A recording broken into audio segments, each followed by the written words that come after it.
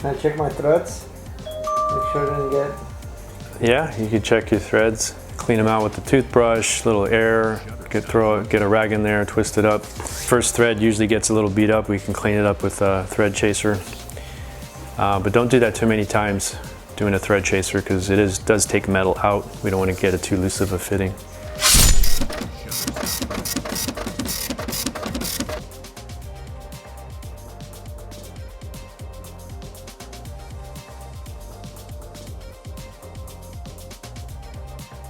If you are having trouble getting that aligned, just make sure the tension's off your derailleur if you have a clutch. That way you ensure straight alignment. We don't strip any bolts, any threads. When in doubt, take it to a professional. And then now, throttle out. Throttle it out.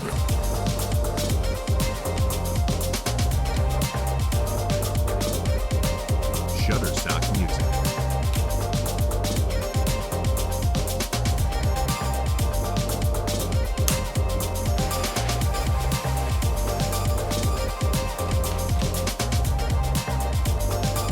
Shutterstock music.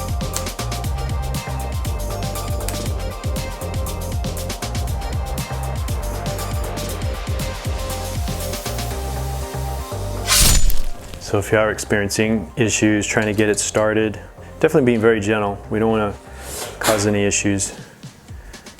Like I said, it could be that first thread on here that gets a little, the threads, if you look at them, they should be nice and sharp and kind of pointy.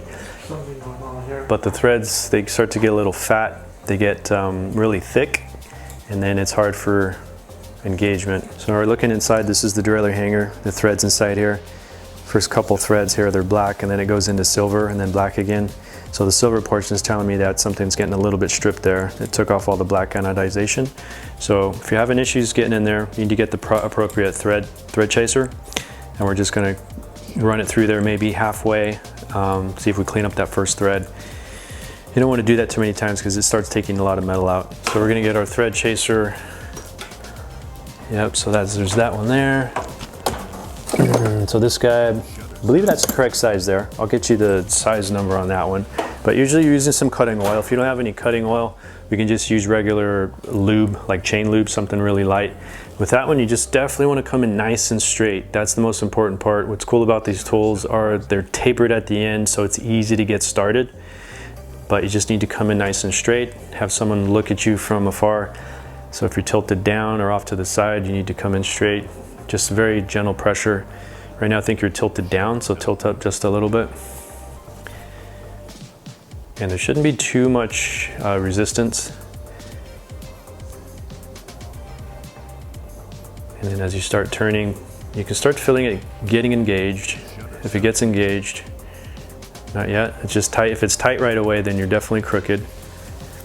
So if you have to like hold it, if you're working by yourself, you're standing back trying to get proper alignment. Sometimes you gotta apply a little pressure, but you gotta be totally straight. Sometimes you have to fight past that first messed up thread to engage. So you're looking pretty even there.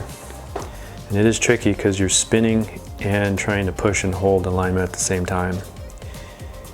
But what you can do is turn a quarter to a half turn and then back out that quarter half turn and then go back again. So every time you back out, you're cleaning that thread pathway and kicking all the junk out. Like a gopher digging a hole. It's pushing all the dirt out so you can continue forward. You're tilted down a little bit, there you go. And then make sure your tool's tight. These two handles, make sure they're tight.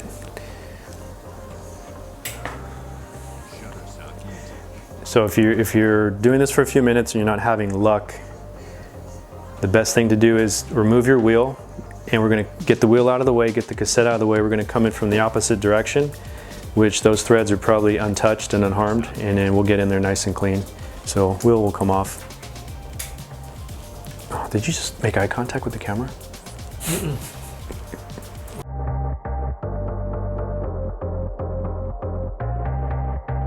So we'll blow it out a little bit, run this rag through there, just do a little quick spin, get any excess debris out of there without blocking the camera.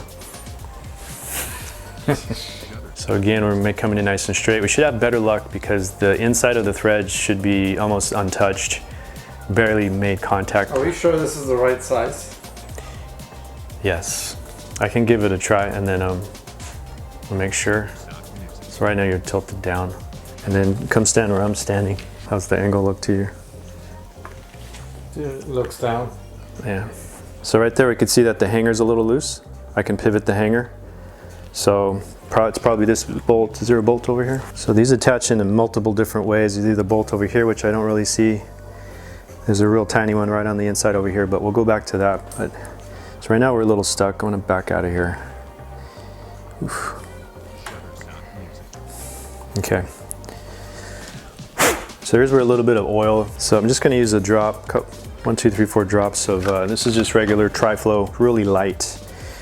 Again, we're not doing high speeds or anything, but this will help you get started. A little lubrication doesn't hurt. So as long as we come in straight, again, we're tapered here, so it's gonna help us get past maybe that first thread. And I'm gonna use these fingers and this finger, so with alignment. And this hand's pushing pressure inward as I'm turning.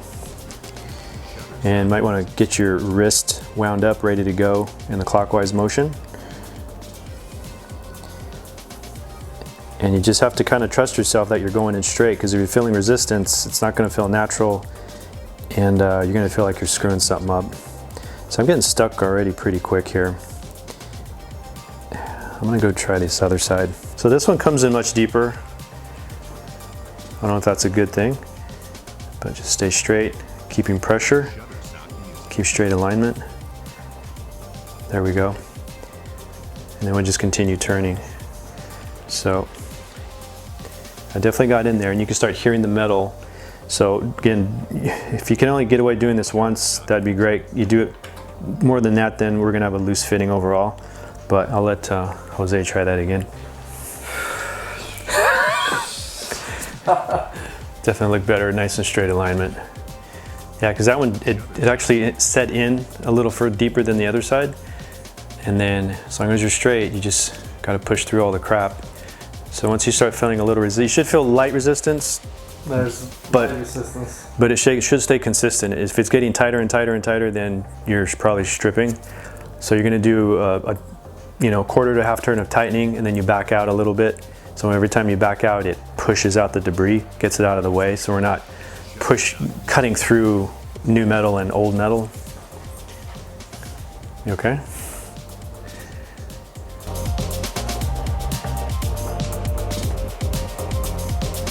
Yeah, when in doubt, just stand back, make sure you're still looking straight.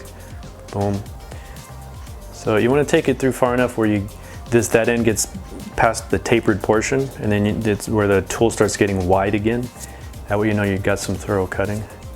And then just... So this may have gotten stripped because the derailleur itself, the bolt got loose in the frame.